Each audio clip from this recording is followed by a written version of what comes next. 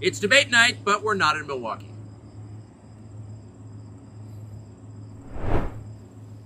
Mr. President, thanks for joining us. Thank you. Why aren't you at the Fox News debate tonight in Milwaukee? Well, you know, a lot of people have been asking me that, and many people said you shouldn't do them, but you see the polls have come out, and I'm leading by 50 and 60 points. And, you know, some of them are at 1 and 0 and 2. And I'm saying, do I sit there for an hour or 2 hours, whatever it's going to be, and get harassed by people that shouldn't even be running for president? Should I be doing that?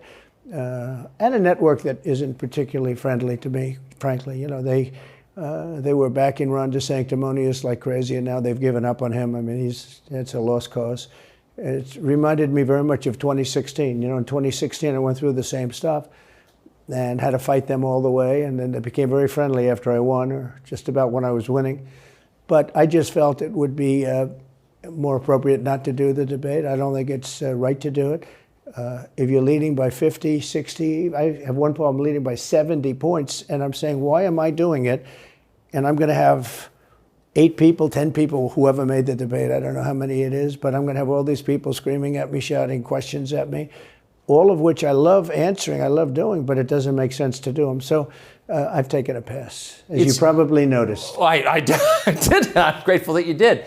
It's interesting, though, because you spent a lot of your career in television. Yeah. You had a top show in television on NBC. But you don't feel the need now running for president to do television, obviously. Do you think television is declining? Well, according to a poll that I guess we just saw, it just came out where it's down like 30, 35%, but I think they were referring to cable. I think cable's down because it's lost credibility. MSNBC, or as they say, MSDNC, is so bad. It's so wrong what they write and what they do and what they say. It's, you know, it's fake news, as I said. I think I came up with that term. I hope I did, because it's a good one. It's not tough enough anymore. It's corrupt news. You know, really what you do is call it corrupt news, but somehow that doesn't play as nicely. But it is corrupt news. So you have MSNBC and you have CNN, who's absolutely doing no ratings at all. I mean, they're dead. But they're doing none because they don't have credibility. They really don't have credibility. Fox is way down, as you know. And the good old days are long ago. I will say this, it could come back, but they just don't have a lot of credibility. Tucker, you know that perhaps better than anybody. I think it was a terrible move getting rid of you. You were #1 on television, and all of a sudden we're doing this interview, but we'll get bigger ratings using this crazy forum that you're using than probably the debate or competition. When you say there are people on stage who shouldn't be running for president, who do you mean? Well, I don't want to really use names, but it wouldn't matter too much. A guy like, I call him Ada Hutchinson. It's Asa, but I call him Ada. Why do you call him Ada? You know, I could tell you, but I don't want to get myself in a little trouble. But he's weak and pathetic, and he was, I never understood the guy, never knew him. He was the governor of Arkansas, not a very popular guy. I don't know how but that state is such a great state. The people are so incredible in that state, and they love me and I love them. How does this guy get elected governor of Arkansas? But he's nasty always, and has been. A guy like Chris Christie, the guy left with a 8%, think of it, 8% approval rating in New Jersey. Now he's running for president.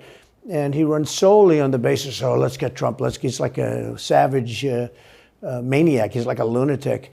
And that's all he talks about. His poll numbers are very, very low. He's about 2%. What's he like? You know him well. No, I've been friendly with him over the years, but I couldn't give him a job because I just never trusted him very much. I was just never one of his people that really trusted him. I never gave him the job. And that's one of the reasons he feels so hurt and so betrayed. And I understand that. I really do. I understand it. But I never gave him. You know, he wanted to be different things. He was looking at different elements of the administration, and we decided. I didn't want to do it, and now I'm glad I did, because you see. But you know, we had some great people. I had great people. We'll have even better people if we do this, because now I know Washington. Before I didn't know Washington, but guys like Bill Barr were terrible. I mean, they were, I would say, Bushies. I say that with respect to the Bush family, but they were Bushies, and it doesn't work out for us. It was clear, this is kind of far afield, but it was just interesting. I read Barr's account of his time. He wrote a book about it, right? His autobiography, and in it he lies about Jeffrey Epstein's death. clearly lies. Do you think Epstein killed himself sincerely? I don't know. I will say that, he was a fixture in Palm Beach. Yeah. I don't know what Barr said about it either. I have no idea what he said. What did he say? He killed himself, probably? He said he killed himself and that they were going to do this investigation. They never did the investigation. It's never been public. Well, and they hid it. And why are they doing that? And clearly Barr knew. But why would Bill Barr be covering up the death of Jeffrey Epstein? Bill Barr didn't do an investigation on the election fraud either, okay? He said he did, and he pretended he did, but he didn't. McSwain, the U.S. attorney in Pennsylvania, Philadelphia, said Barr just wouldn't let him do it. It was crazy. Barr became so petrified, so frightened of being impeached. They were going to impeach him. I don't know if you remember it. Yeah. It's not a big moment in history. But they said, we're going to impeach. They play a much rougher game, the left, the lunatics. And they were going to impeach Bill Barr, and he was petrified. Now, how do you not get impeached? Don't do any of this stuff. But he didn't do the job there. I don't know what he did with Epstein, but possibly he didn't. Do you think it's possible that Epstein was killed? Oh, sure, it's possible. I mean, I don't really believe. I think he probably committed suicide. He had a life with, beautiful homes and beautiful everything, and he all of a sudden he's incarcerated and not doing very well. I would say that he did, but there are those people. There are many people. I think you're one of them, right? But a lot of people think that he was killed. He knew a lot on a lot of people. He was killed. You think so? I think the closer you look, I'm not a conspiracy person at all. I believe everything I hear. But yeah, the closer you look into it, I mean, the Attorney General of the United States, your Attorney General, clearly lied about the Epstein death. Yeah, and he was. Why? He was certainly. It wasn't well done. They had no cameras. They had no anything. Everybody was sleeping, and a case could be made. Look, I'm not going to get involved in it, but I can tell you, a case could be made either way. But it certainly wasn't the most well-run place. So the reason I'm asking you is I'm looking at the trajectory since 2015 when you got into politics, for real, and then won. It started with protests against you, massive protests, right. Organized protests by the left, and then it moved to impeachment twice, right? And now indictment. I mean, the next stage is violence. Are you worried that they're going to try and kill you? Why wouldn't they try and kill you, honestly? They're savage animals. They are people that are sick, really sick. You have great people in the Democrat Party. You have great people that are Democrats. Most of the people in our country are fantastic, and I'm representing everybody. I'm not just Republicans or conservatives. Right. I represent everybody. I'm the president of everybody. But I've seen what they do. I've seen the lengths that they go to. When they make up the Russia, when that's exposed and they go down, and Barr should have gone after them, and other people should have gone after. And they did very late, because the Durham report came out. It was fairly good. It could have been a lot tougher, I guess, but it was fairly good. But it explained how corrupt it was. I'll tell you who did a great job was the Inspector General Horowitz. He did a phenomenal report. You didn't have to go to Durham. He did it on Comey and on, I guess, McCabe and some others, and it was a vicious, it was basically a true report, how bad they are. But these people are sick people. These are people that I think they hate our country. You want to know the truth. When you see open borders, when you see these policies that they have, and so many other things, it's so sad to see. We have a country that's very fragile right now. I've never seen, I will say, look, I ran in 16, which was 15, but I ran in 16, election in 16, and there was tremendous spirit. In 20, there was even more spirit. We got millions and millions more votes. It wasn't even a contest. People said, well, what'd you think of 20? I said, we did much better. We did. You got to base it on the number of votes. We got many more votes in 20 than we did in 16.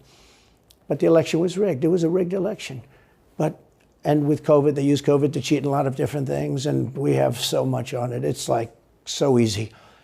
But we had judges that didn't want to look. We had people didn't want to get involved. They called you, he's a conspiracy theorist if you say anything about the election. But I have never seen spirit like there is right now. Even coming down here, just the people on the road that are just absolutely going crazy. And the reason is, I think they like me, and I know they love my policies. I hope they like me too. A lot of people say they don't like me, but they like my policies. I think they like me. But I have never seen spirit like it is right now. And the reason is because crooked Joe Biden is so bad. He's the worst president in the history of our country. I don't think he's going to make it to the gate, but you never know. But he's a corrupt person, so corrupt that I took the name off Hillary. I don't do two people at one time. I took the crooked Hillary and I retired the name. That was a good day for her. I bet she was very happy. And I used it for Joe because it's crooked Joe. But Joe is really... But you don't think he's going to make it to November of 24? Well, I think he's worse mentally than he is physically. And physically, he's not exactly a triathlete or any kind of an athlete. You look at him, he can't walk to the helicopter. He walks, he can't lift his feet out of the grass. It's only 2 inches at the White House, right? That's not a lot. But you watch him, and it looks like he's walking on toothpicks. So, and then you see him on the beach where he can't lift a chair. Those chairs are meant to be light, right? They're like 2 ounces. You lift them up. He can't lift the chair. He can't walk to the chair. And I don't know what they're doing with the beach. This beach is seeming to play a big role, but they love pictures of him on the beach. I think he looks terrible on the beach. He looks terrible on the beach. Skinny legs. Well, he can't walk through the sand. Sand is not that easy to walk through, but when he walks through it, he can't walk through the sand. And there's somebody in there that thinks he looks fabulous at the beach. I think he looks horrible at the beach. Plus, the beach doesn't represent what a president's supposed to be doing. You're supposed to be working. You're supposed to be getting us out of that horrible, horrible war that we're very much involved in with Russia and Ukraine. You could do that. You could do that very easily. I believe you could do that I don't believe he could do it because he's just incompetent. But that's a war that should end immediately, not because of one side or the other, because hundreds of thousands of people are being killed.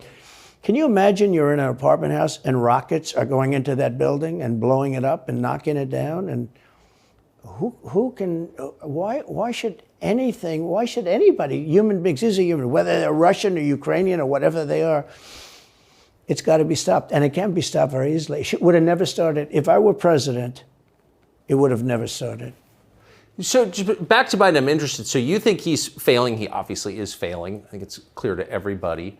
But that would make Kamala Harris the candidate? Well, not really. I guess they'd have maybe a free-for-all. A lot of people say she has to remain for certain reasons the candidate. She has to. I don't think that's true, actually. I don't think that other people would stand for it. She has some bad moments. Her moments are almost as bad as his. I think his are worse, actually. Yeah. But she seems pretty senile, too. She speaks in rhyme. It's weird. It's weird. But she has bad moments. And in rhyme? What do you... Well, the way she talks, the bus will go here and then the bus will go there because that's what buses do. And it's weird. The whole thing is weird. This is not a president of the United States future. And I think they probably have some kind of a primary and other people will get involved. Newsom, right? Could be. I always got along well with him, believe it or not. But could be him, could be somebody else. He's got a big load on his shoulders because you look at California, what's happened. But I don't know if the American people really, the people that vote for him, I don't even know if they care. You look at so many of the things that are going on, and people don't seem to be, in the old days, if you had a bad record, it meant a lot. Today, if you have a bad record, it doesn't really mean anything. He looks good, he's a nice looking guy, speaks well. But Biden, every time you watch him talking, it's like he's walking on eggs. You're waiting for him to collapse. And he almost always does. And I got to know the leaders of all of the countries, essentially, but the big ones. And the bigger, the tougher the leader. It's like sort of, I guess maybe that's the way it's supposed to be. But I got to know President Xi of China and Putin and Kim Jong-un, North Korea. Did a great job with North Korea, kept us out of a nuclear war. We would have 40,000 dead soldiers right now. They'd drop a nuke right on top of the military base. But we have 40,000 soldiers over there. And I did great. I got along with him great. That's a positive. The press said, he said nice things about Kim Jong-un. I also said horrible things at the beginning. Horrible enough that he wanted to talk. And we talked and we met in Singapore. We met actually twice. And we had unbelievable meetings. I know him very well. We were in great shape with him. What do you think he and Xi and Putin think of Biden? I think they can't believe it. I think they probably say this is some kind of a system. They had great respect for our country. They respected me. They had great respect for our country when I was there. Every one of them. Look, if you go to North Korea, you take a look at what happened. You know, the Olympics was dead. South Korea spent billions on the Olympics. Nobody was going to go. They didn't want to get blown up. They called me and they said, we are going to let the Olympics proceed. This is North Korea. I said, you should go into the Olympics. Put your athletes in. It wasn't like, you know, they were big on athletes because, you know. Famine. But they went in and they actually participated. And within about 2 days, the entire thing was sold out. And if it wasn't me, that would have never happened. But I got along very well with him, and that's a positive thing. He does have massive nuclear power, by the way. And if Hillary would have gotten in, or if the Obama thought process continued, it would have been a nuclear war, absolutely, with North Korea. He was expecting to go into a war, and it would have been a nuclear war. So do you think the rest of the world looks on at Biden and thinks someone else has got to be running the government? Well, somebody else has to be. I don't think he's capable of doing anything. Look, when I debated him, I said, how come, and this was in front of probably not a friend of yours, Chris Wallace, he was the moderator. Not a friend. I said, why is it he wants to be Mike, but he doesn't have the talent? It's one of those bitchy little man. He wanted to be his father, but he didn't have the talent of his father was great. His father, little fussy man. His father interviewed me in 60 Minutes. It was actually a 10. Can you believe it? No, I totally. His father had talent, at least. I may have been the only guy that he gave a good 60 Minutes to. He was rough. Really? His father was tough. He was great, though. He was great at what he did. But Chris Wallace was so upset. He was guarding this guy who wouldn't do a show, by the way. You know, he wouldn't do. I figured. I didn't mind Chris Wallace because Biden wouldn't do a show. And it was very obvious. You know, he kept asking him and asking, but he wouldn't do the show. So I figured he's got to like me. But he came from a different planet. But remember when I asked the question, why is it that the mayor of Moscow's wife is allowed to give you $3.5 million? Don't forget, that was brought up. Now it's brought up all the time. But that was brought up by me long before anyone ever heard of it. I said, the mayor of Moscow's wife giving you $3.5 million. What did you do to deserve $3.5 million? To Biden. And Chris Wallace said, this has nothing to do with the debate. I mean, he fought. He got in the way of the question. No, it was crazy. And I said, well, wait a minute. He got $3.5 million from the mayor of Moscow's wife. Now, people forget that, but if you go back and take a look, you will see. And Chris Wallace didn't want me to ask that question. I said, I think it's a very appropriate question. It turned out to be much more appropriate than people thought. Amazing. So do you have a preference in, assuming you're the Republican nominee and all goes as you plan it to go, do you have a preference in who you run against? In many ways, I'd love to run against him because his record's so bad. You know, it's still horrible when you look at inflation and everything else, but others also have very bad records. I mean, California's a bad record, so, you know, should it be Gavin or should it be somebody else? When I look at San Francisco, what's happened to that incredible city. That was one of the greatest cities in the world just a short while ago, and now it's very sad when you look at it. Los Angeles, every city practically, all the Democrat-run cities. You know, Republican-run cities are doing very nicely because they arrest people when you have crimes, and they don't go after political candidates because they think it's good. You know, I mean, it's like been amazing. My poll numbers are the highest I've ever had, but because people understand it. Can I just ask you, that gets back to my original question. So if the protest didn't work, you got elected anyway. Yeah. Impeachment didn't work twice, obviously. Indictment is not working. Your poll numbers go up. When they raided Mar-a-Lago in August of last year, your numbers went up. They can indict you 20 times and you're not gonna lose the Republican primary because of that. Well, so it makes it look even more ridiculous. I mean, the 4 indictments, and maybe there'll be more. I don't know. These people are crazy. But they're counterproductive. So if you chart it out, it's an escalation, is what I'm saying. Yeah. So what's next? After, try to put you in prison for the rest of your life, that's not working. So, don't they have to kill you now? I think the people of our country don't get enough credit for how smart they are. And I'm not sure I would have said this 10 years ago, but they get it. You know, they really get it. When somebody gets indicted, your poll numbers go down. When somebody gets indicted, you announce, ladies and gentlemen, I'll be leaving to spend time with my family and to fight for the rest of my life on this stuff. But you're out of politics. I got indicted 4 times.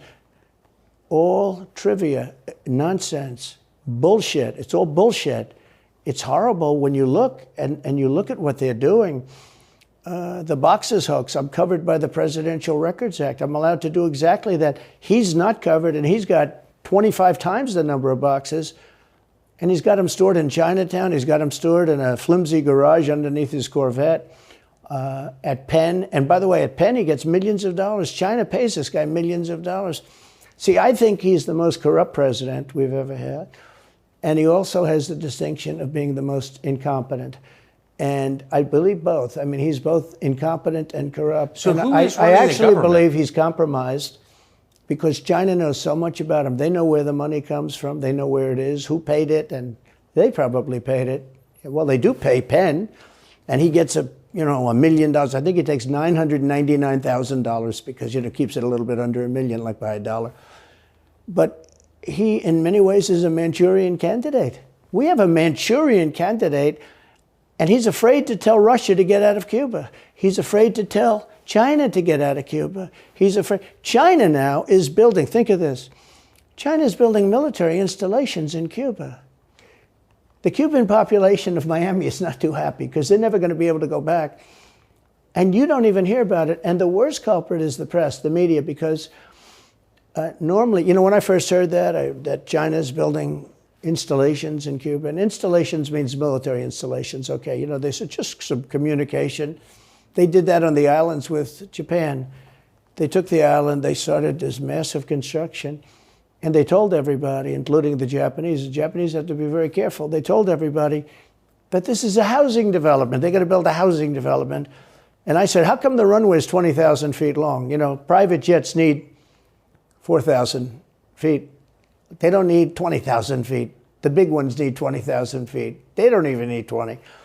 And I looked at the runway. I said, that's the largest runway ever built, both in width and length, for housing development. There's nobody that has a plane that big that you would have a runway that's Why is for China testing. allowed to conduct imperialism in our hemisphere? Well, yeah, and it's far beyond Cuba. It's all over South America. Yeah, in the Caribbean. So we built a thing called the Panama Canal. We lost 35,000 people to the mosquito, malaria. Yeah. We lost 35,000 people building. We lost 35,000 people because of the mosquito.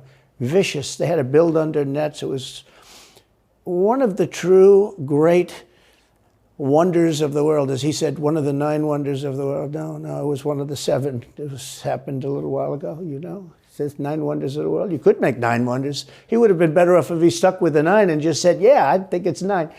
But this is one of the true 7 wonders of the world. And you take a look at the Panama Canal. It was such an incredible engineering marvel. We sold it under Jimmy Carter. We sold it to Panama for $1. The following day, they quadrupled the amount of money that ships had to pay to get across. They didn't lose one ship. And now they've made it much bigger, and now they've widened it. They've doubled it, right? They've more than doubled it. And it's one of the most profitable things. Any time it's just incredible, right? We gave it away for $1. China now controls it. They actually control the Panama Canal. They run it, they control it.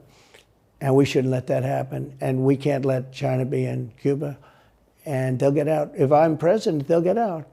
Because I had a very good relationship with President Xi, but he respected this country, he respected me, and he'll get out. And we can't let them run the Panama Canal. We built the Panama Canal. Should have never been given to Panama. We should have had it. But we gave it for $1, think of it. They quadrupled. In one day, they lifted the fees, which are, pretty big for these massive ships to go through, right? Rather than going around the Cape and through all the tremendous storms, such beauty, it's beautiful stuff. But you didn't want to get caught in those storms. Those were storms that wiped out the biggest ships. And we go through the Panama Canal, we built it, and we gave it away for $1. Think of that, how stupid are we? We have done the stupidest things in this country. And now we have a president that can't put 2 sentences together, can't speak, can't walk, can't talk. I don't think he gets to the starting gate, but these people do miracles. I mean, he ran out of his basement, and you got away with that one because of COVID, so he sort of got away with it. They cheated on the election. But you have people that are very smart, but they're fascists and they're radical left lunatics, and they're destroying our country with the all-electric cars and the windmills all over the place, which, by the way, don't work, and they're all, most of them made in China. For the most part, they're made in China. Germany a little bit, but China. But you look at what's happening to our country, even no voter ID. I mean, why don't they want voter ID? There's only one reason they don't want voter ID, because they want to cheat. I mean, who doesn't want, you know, the Democrat convention, the last one, they had voter ID that was this big. It looked like a prison card, this big on their chest. You walked in, they had your picture, your this, your fingerprint. They had everything. The most incredible voter ID I've ever seen. That was to get into the Democrat National Convention. But to get into vote, if you buy groceries, if you buy practically anything now, you have ID on a card, credit cards or otherwise. But don't you think it's racist to have to show your ID? Well, they probably say that. They use anything not to show ID, because voter ID is pretty simple. And we could go back, and we should go back to all paper ballots, voter ID, same-day voting. You know, France did it. France had mail-in ballots, and it was terrible. Anytime you have mail-in ballots, you're going to have massive cheating on your elections. Anytime, but not just the presidential election. Anytime you have... Isn't that the whole point of them? So yeah. you can cheat? Oh, yeah, sure. It's their whole point. That's their whole point. They want to cheat, yeah. They have to cheat because their policies are so bad that if they didn't cheat, they couldn't get elected. Who wants open borders? Who wants high taxes? Who wants high interest rates? Who wants to not be able to use a gas stove or have to drive an electric car, which, you know, you have a 4-hour drive, but the car only goes an hour and a half, so you have to charge it. The happiest moment for somebody in an electric car is the first 10 minutes. In other words, you get it charged, and now for 10 minutes. The unhappiest part is the next hour, because you're petrified that you're not going to be found another charger. People, I'm saying, if people, I'm not knocking electric cars, they're fine. They're fine. But if people want to buy a gasoline car or a hybrid, hybrids are pretty good, actually, but they should be allowed to buy. They don't want to do any of this. So right now, California's in a big brownout because their grid is a disaster. The grid all over the country is sort of a disaster, but the grid in California. And yet, they want to have, in a very short period of time, millions and millions of cars going off that grid, essentially. It doesn't work. So plug your car into a grid that's failing. You should be able to buy an electric car. You know, electric cars could be fine if you drive short distances and you want to have, you know, whatever, and you have plug-ins everywhere you go. They could be fine. But you got to have gasoline cars. You got to have everything. Let people buy everything. Now there's the new thing is your heating systems in the house. They don't want you to have a modern day heating system. They want you to use a heating system that will cost you at least $10,000 to buy and won't work very well. You know, none of the stuff works as well. One of the things I did with EPA is you have states, many states, most of the states have so much water. You know, it comes out of heaven, right? The water pours down and you have it. It's there. It's got to go wherever it goes, into the oceans, whatever. It's not like a big problem. Now, in some states, they have a problem. You know, you have some desert areas and all, and for that, it's okay. But they have sinks where no water comes out. You turn it on, no water comes out. No water comes out of the shower. No water is allowed to go into the washing machine for your dishes or for your clothing or what. And I avoided all of that. Wait, they have sinks where no water comes out? Sure, you have restrictors. When I say no water, very little water. You want to wash your hands, right? Yeah. And you've seen this, and you turn on the sink and it's very little. Or you want to wash your beautiful hair, right? And you're standing under a shower. Then the suds never go. The water comes out very slowly. I'm sure you've seen this. It usually takes place in new hotels and new homes. Yeah, you take a drill and take the they have limiter out. Well, you can, but now they make it so you can't do that so easily. They have a restrictor. It's called a restrictor, and it restricts the water from coming out. So I ended all of that, and you have to see these. They let the water come out. You know what people do? They wash their hands like 5 times longer, or in the washing machine, they'll press for their. Let's say the dishwasher, they'll press it, then they'll press it about 7 or 8 times. Yeah. They'll end up using more water, and it still won't be very good. I met with the head of Whirlpool. They were practically going out of business during my administration, and they said to me, from Ohio, incredible, great state, I love Ohio, and they were really doing badly because people were dumping washing machines all over, mostly from South Korea, but also from China. And he was explaining it's just a terrible situation. I said, let me ask you, how's the quality? He says, we're better, but they are good enough quality. But, of course he's going to say that, but, they are better. He said, but they don't allow us. They're dumping these machines. They're cutting us in half. They're killing us. And on top of it, the government won't let us use water in our machines. I mean, he shows me like a quarter of a bottle of water. That's supposed to be washing clothing. And I freed it all up, and I put tariffs on these countries that were selling and the machines coming into the country. And that company went from all the washing machine companies, they make washing machines, they make dryers, they make all of the different machines that do this kind of work, including dishwashers. And they went from a disaster area to being just thriving. But can I ask they love me in that part of Ohio. Well, I bet they do, but why should EPA, no one at EPA was elected by anybody, why do they have the power to decide how much water your washing machine uses? Shouldn't Congress in a democracy get to vote on that? Yeah, you could say that. They do things that are not very... So how do you, that's my question, how do you, if you get elected again, go back to Washington, how do you keep the agencies under control? How do you keep FBI and CIA specifically under control? The way you do it, like I fired Comey, that was a big deal. A lot of people said, and I fired him very early. Somebody said, oh, I wish you would have fired him. There was a real question about firing him. Anyway, you understand, because, when they have a 10-year term, there is a question. I fired Comey. That was a great thing. If I didn't fire Comey, maybe I wouldn't be talking to you, or I'd be talking to you about real estate or something else other than politics, right? That was a coup, in my opinion. That was a very sick deal. That was the insurance policy. You remember the insurance policy? Oh, she's going to win, darling. She's going to win. But just in case she doesn't, we have an insurance policy. An insurance policy was what they were doing. And we caught them with that. That was a very important tweet or whatever it was, text. It was a big deal. That was a big deal. The insurance policy. She's going to win 100 million to 1. That's not good odds. At least they gave me one, right? 100 million to 1. But just in case she doesn't win, we have an insurance policy. And everybody said, that's strange. That's strange. But we caught all of that because I fired Comey. Because when I fired Comey, it was like throwing a rock into a hornet's nest, into a nest of bees, and the place went crazy. So when you were president, are you confident that you knew everything, say, CIA was doing around the world? No, I'm not. It's a very interesting group of people. I had very good relationships, I thought, but I was a little surprised when I got out that, things go on. Look, it's... What were you surprised by? I was surprised. I think it's some of the people. I was surprised that there was... I had a group of people. Look, we killed many, using the CIA, I have to say this, very bad actors. We were very good at it. You look at Soleimani, you look at al-Baghdadi, bigger than Osama bin Laden. I mean, Osama bin Laden, but al-Baghdadi did ISIS, and he was rebuilding ISIS very strongly. And that was the CIA that did that? That was really us that did that. Yeah. That was really us that did that. And Soleimani was us that did that, not so much CIA. But we did some very good work with the CIA.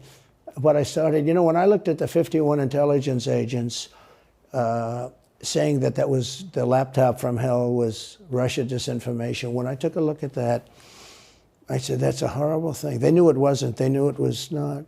And by the way, you're talking about cheating on the election? McLaughlin and Fabrizio, great pollsters, they said a thing like that plus other things meant anywhere from 10 to 17% of the vote would change. Whatever happened to Mike Pence? You've always been nice to Pence. I've never heard you criticize Pence. You've defended him in public many, many times. He's out there attacking you. What is that? So Mike wants to run for president. You got to understand, in my opinion, Mike Pence had the absolute right to send the votes back to the legislatures. The Democrats and everybody said, you don't have the right. In other words, what I said, is he a human conveyor belt? You mean if he finds fraud in Pennsylvania, in Georgia, in any of these states, Arizona, he has to send them to Mitch McConnell, right? That's right, sir. Well, if he finds fraud, he has to? Yes, sir. I said, so he's a conveyor belt. Boom, put him in. I said, I don't agree with that.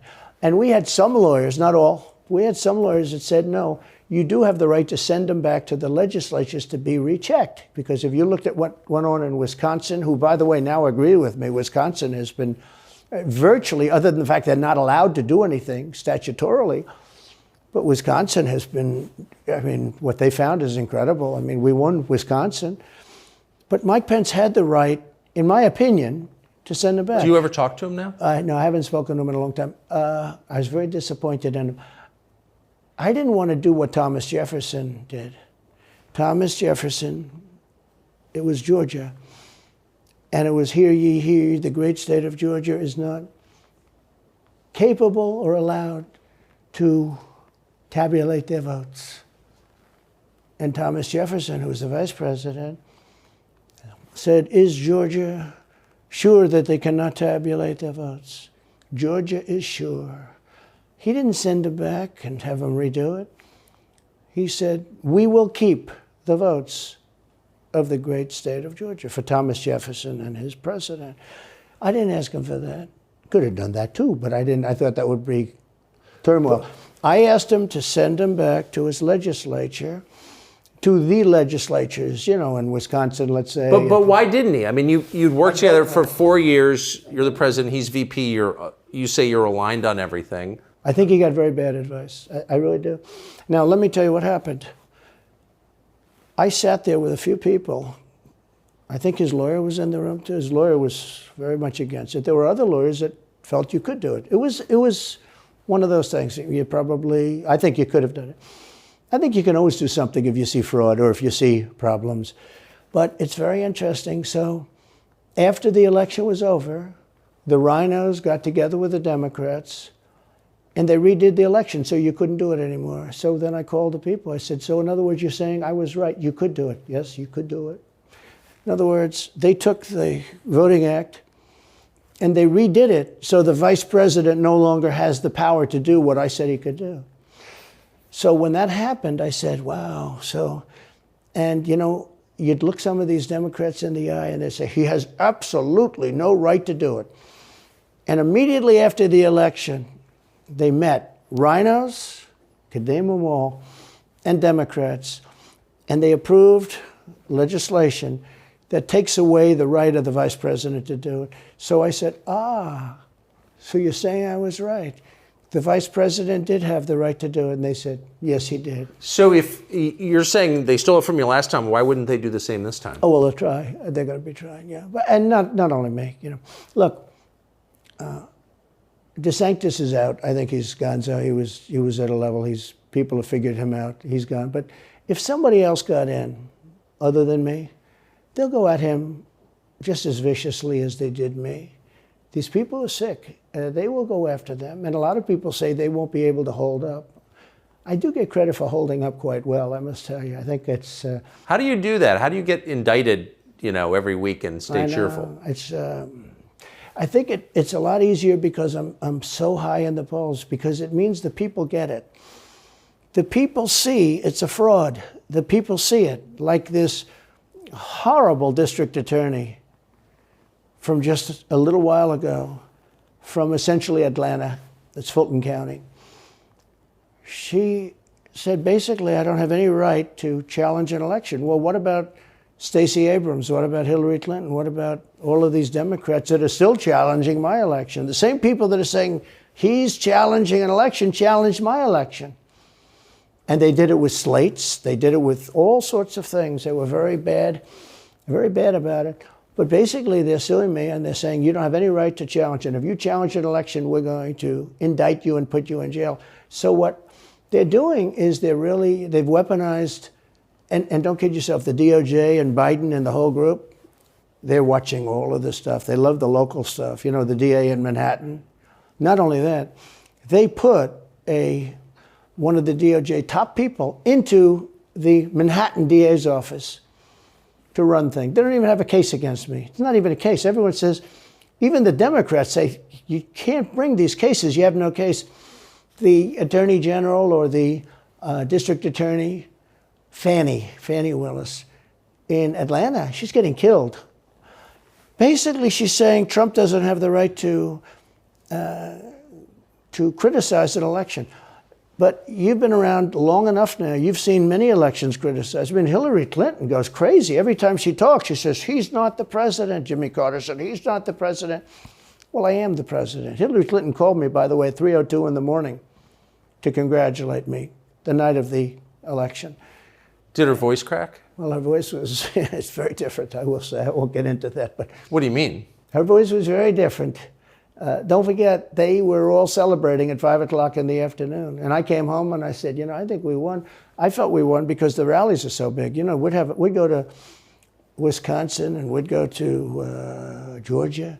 We'd go to different states. In Michigan, we'd have rallies. In Pennsylvania, we had 58,000 people in Butler.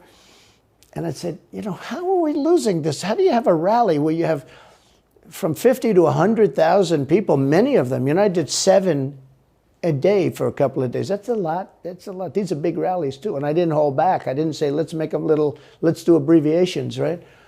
But they challenged the stuff. Yeah. Hillary called me up and conceded.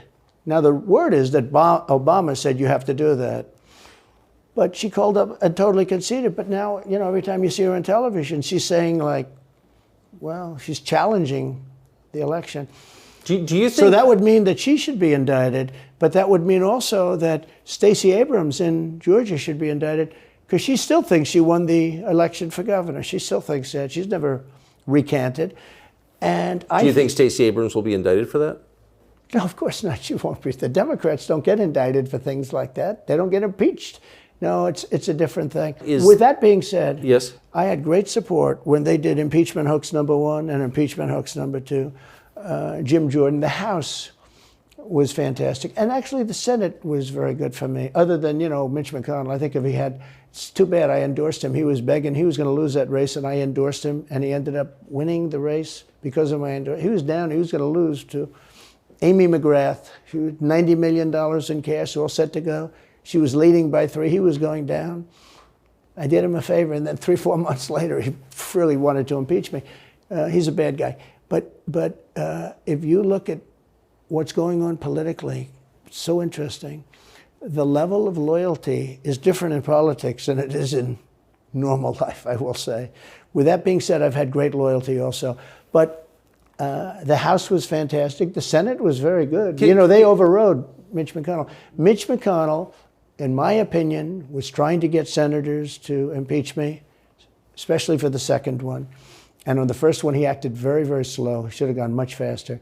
But Mitch McConnell wanted to, and the senators went up to him, guys that are subservient to him because he gives money. You know, he gives them money. He gives them a lot of money. He raises some money and he gives it to them, and therefore they do what he said. That's the only form of leadership he's got. So last question, if you're elected president again, what's your number one priority? When you ran last time, you said, I will build a wall. This time, your bottom line top promise to the country. So you can do numerous things at the same time. Of course. But let's say number one is a border, and taking hundreds of thousands of criminals that have been allowed into our country and getting them out and bringing them back to their country, Guatemala. By the way, not only the 4 countries that we think of as neighbors, all over the world. Last month, we had 149 countries represented. Think of it. We had 149 countries represented, Tucker, from places that many people never even heard of, coming into our country. And they're coming in from mental institutions, and they're coming in from prisons. They're emptying out their prisons all over South America. They're emptying out their mental institutions. Terrorists are pouring into our country. We have no idea.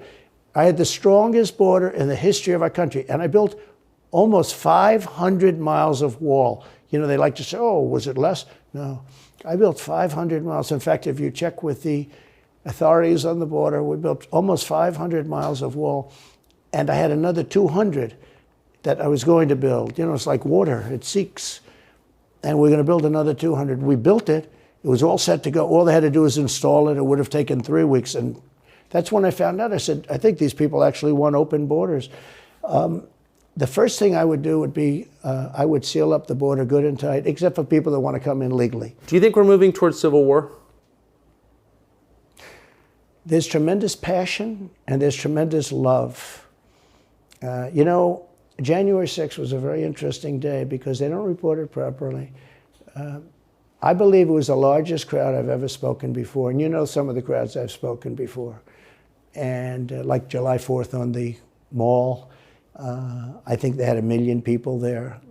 But I think that the biggest crowd I've ever spoken before was on January 6th, and people that were in that crowd, a very, very small group of people, and we said patriotically and peacefully and patriotically, right? Nobody ever says that. Go peacefully and patriotically. But people that were in that crowd that day, very small group of people went down there, and then there are a lot of scenarios that we can talk about. But people in that crowd said it was the most beautiful day they've ever experienced. There was love in that crowd. There was love and unity. I have never seen such spirit and such passion and such love. And I've also never seen simultaneously and from the same people such hatred of what they've done to our country. So do you think it's possible that there's open conflict? We seem to be moving towards something. I don't know, because I don't know what it, I can say this. There's a level of passion that I've never seen. There's a level of hatred that I've never seen, and that's probably a bad combination. Donald Trump, thank you. Thank you very much. Very much. Thank you. That is a bad combination, by the way. Bad combination. Thank you.